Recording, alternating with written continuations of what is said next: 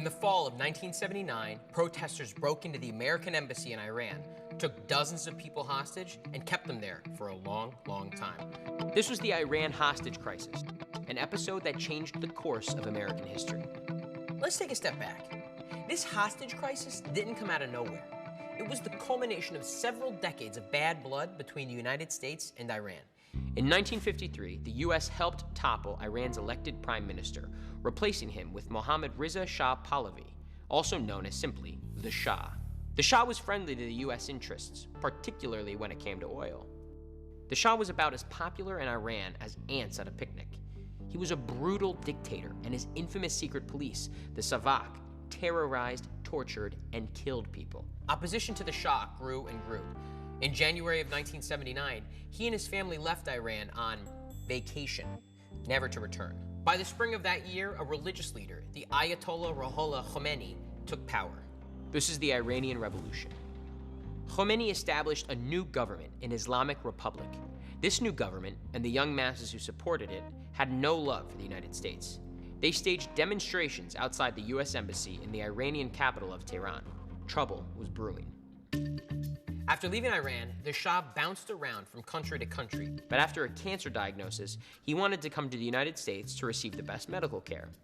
President Jimmy Carter didn't want to admit the Shah, but relented under pressure from a group of elder statesmen led by Henry Kissinger and David Rockefeller.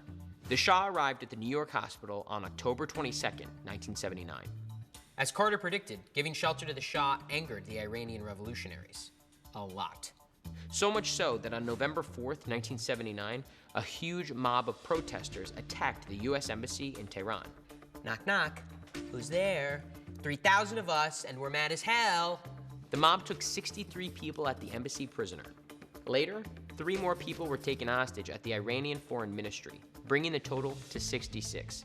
13 days later, the Ayatollah ordered the release of 13 hostages, leaving 53. Another hostage was subsequently released on medical grounds. From then on, the remaining 52 were there for the long haul. They were held in the same embassy complex where they'd once worked. No hostages were killed, but they weren't treated well either. Some were beaten with rubber hoses or hung over elevator shafts. Several men were even victims of a mock execution. Back in the States, the hostage crisis gripped the news cycle. Iranian militants seized the American embassy in Iran. The American government demanded the hostages' release, but were rebuffed. The Iranians wanted the Shah shipped to them. No, said the U.S. To drive the point home, the U.S. froze Iranian assets held in American banks. But still, the Iranians didn't budge. In April of 1980, President Carter decided to try something different. He authorized a military rescue mission known as Operation Eagle Claw. But poor weather and mechanical failures doomed the mission, leaving America and the Carter administration embarrassed on the world stage. Carter was in an election year, and his opponent, Ronald Reagan, pounced on him for being weak and ineffective. Frankly, I don't think the president has done anything that he couldn't have done 5 months ago. When Election Day rolled around, the hostages were still being held captive with no end in sight. Reagan trounced Carter at the polls. By the start of 1981, the Iranian government began to feel the pressure from the international community to release the hostages. The Iranians and Americans went back to the bargaining table.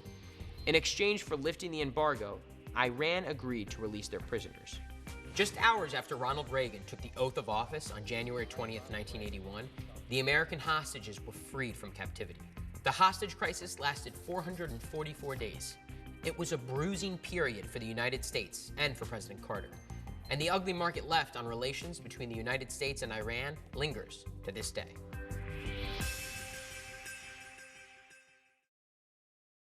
Getting elected president is an expensive business. Campaign costs add up.